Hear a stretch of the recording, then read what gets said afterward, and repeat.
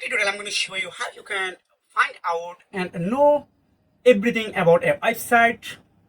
So first of all, you go on whois.com, then charge any website link you want to know about this website.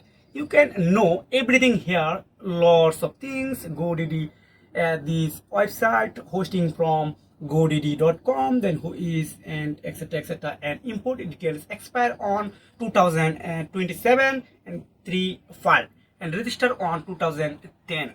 So update on 2023 and name server, this is IP address. Then if you scroll down, everything you can know here.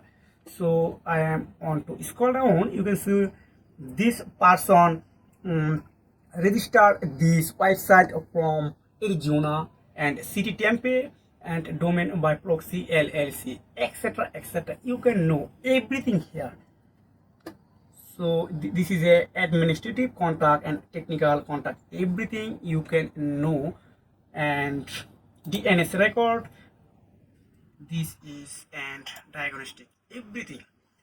So if you have found this video helpful, please make sure you have like to this video, and if you have any suggestion and questions, please let me know in the comment box. I'll try to contact you later. See you again, take care, bye.